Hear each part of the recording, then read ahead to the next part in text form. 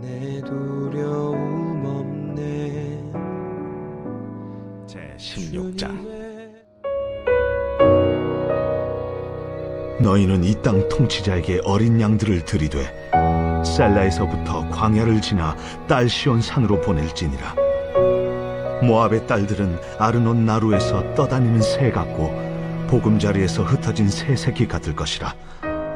너는 방도를 베풀며 공의로 판결하며 대낮에 밤같이 그늘을 지으며 쫓겨난 자들을 숨기며 도망한 자들을 발각되게 하지 말며 나의 쫓겨난 자들이 너와 함께 있게 하되 너 모압은 멸절하는 자 앞에서 그들에게 피할 곳이 되라.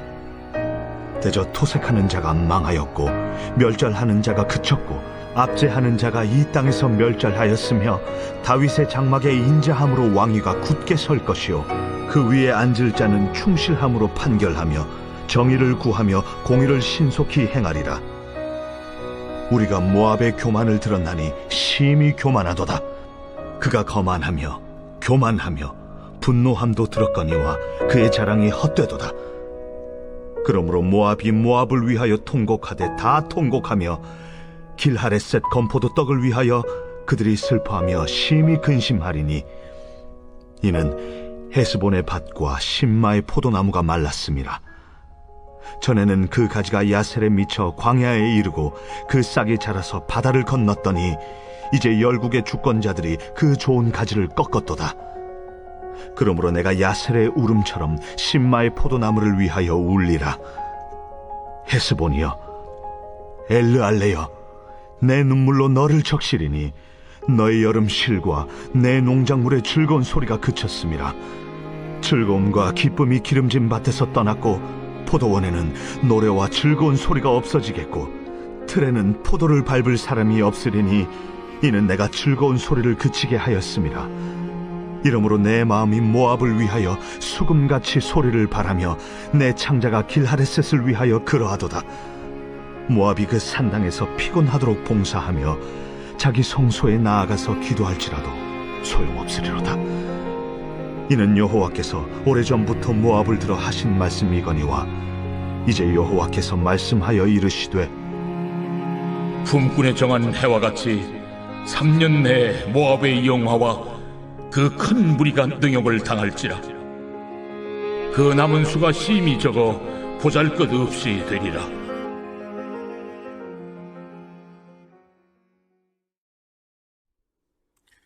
할렐루야. 오늘은 8월 4일 화요일입니다. 함께 나눌 말씀은 이사야서 16장 1절부터 14절까지 말씀입니다. 예언서의 메시지는 심판에 관한 메시지, 시대를 향한 하나님의 훈계의 메시지를 선지자를 통해서 전달하시는데 그 말씀을 전달하는 선지자들의 마음이 닿아올 때에 참 가슴 아픈 모습을 보게 되어집니다. 애끓는 마음으로 시대를 향하여 전달하는 마음, 심판을 말하지만 그들에게 다가오는 마음은 하나님께서 이 말을 전달하고 그 말을 듣는 그들이 돌아오기를 원하는 선지자의 마음을 우리는 보게 되어집니다. 나에게 향한 메시지가 아니라고 우리랑 상관없다고 듣지 마시고 이 말씀을 묵상하며 이 말씀의 거울이 우리의 삶의 어떤 부분들을 만지고 또 어떤 부분을 비치는지를 돌아보며 하나님 앞에 온전히 서시는, 그리고 이 사회와 열방 가운데에 있는 타락하고 떠나버린 그 부분들을 향하여서 누가 기도하고 누가 울고 누가 그것을 향하여 일하겠냐라고 물어봤을 때 이사야처럼 주님 내가 여기 있습니다, 나를 사용하소서 라고 고백하는 저와 성도님들, 우리 교회가 되기를 축복합니다. 14장과 15장 말씀을 통하여서 하나님의 경영, 하나님께서 계획하시고자 하는 바를 반드시 이루시고 하나님은 어제도 오늘도 내일도 열방의 주인이심을 우리 가운데 보게 합니다. 16장 말씀은 모압을 향한 계속적인 예언을 기록합니다. 단순히 심판의 경고로 끝나는 것이 아니라 멸망의 위기에 처한 모압을 향한 하나님의 애끓는 눈물과 안타까운 심정이 깊이 담겨져 있는 말씀이 본문입니다. 본문을 통해서 오늘 우리 가운데 주시고자 하는 하나님의 그 마음, 그 눈물, 그 애끓는 마음을 깨닫고 우리 삶 가운데 여호와께 돌아가는 것이 성도와 교회와 이 나라와 민족의 힘임을 깨닫고 돌아오는 은혜가 있기를 축복합니다. 1절부터 5절까지 말씀이에요. 심판의 때일수록 우리는 겸손히 의의 길을 구해야 합니다. 하나님의 뜻은 옳습니다. 하나님 발견하게 하시고 깨닫게 해달라고 얘기해야 됩니다. 환난을 당한 모압의 피난민들은 유다의 통치자에게 어린 양을 보내며 도움을 청하고 쫓기는 새처럼 유리하는 모습이 그런 모습으로 본문은 기록합니다.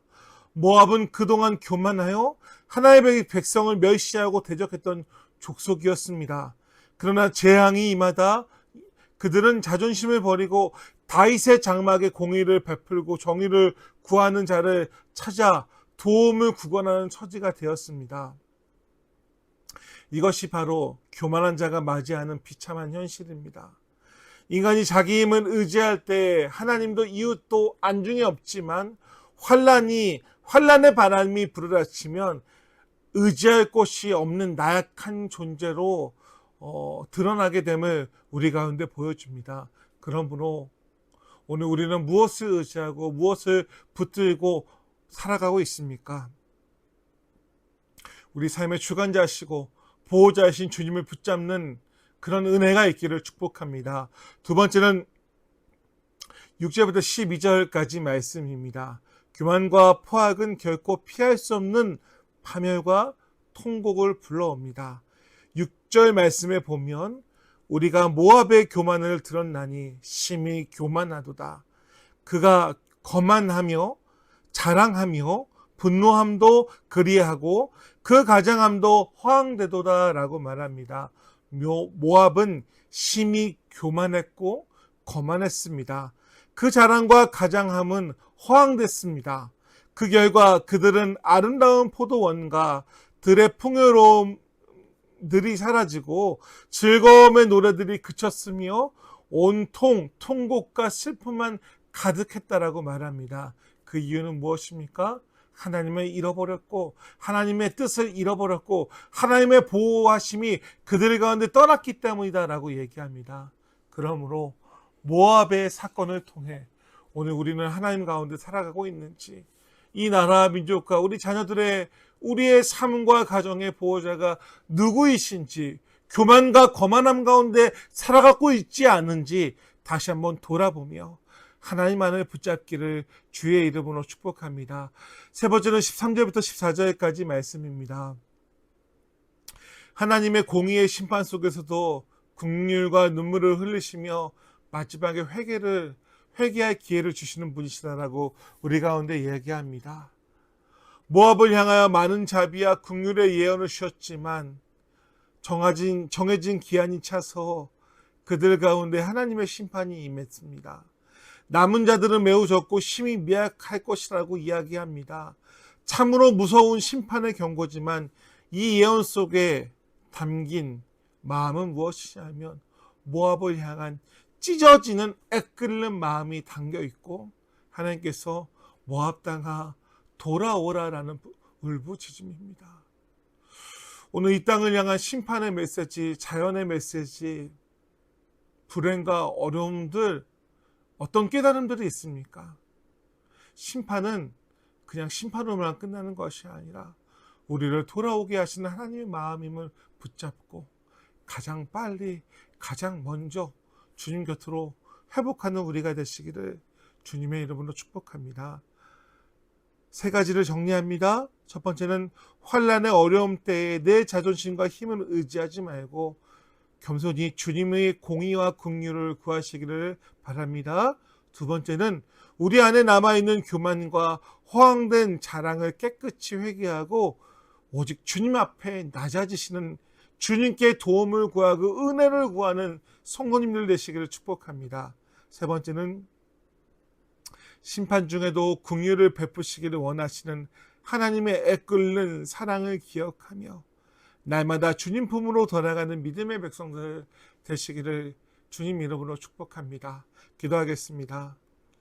하나님, 겸손히 주님 앞에 은혜를 구하며 주님과 동행하는 성도들에게 인도하여 주시옵소서. 모압 땅을 향한 그에 끓는 메시지를 마음을 봅니다. 그리고 이 땅을 향한 아버지의 마음도 깨달아 볼 수 있는 주의 귀한 성도들에게 인도하여 주시옵소서. 무더위와 불경기와 여러 상황 속에서 우리를 지키시는 분, 우리의 반석은 오직 하나님 뿐이심을 고백하며 나아가오니 오늘도 같이 지켜주시옵소서. 감사드리며 예수님의 이름으로 순간순간마다 주님 약속 새겨봅니다.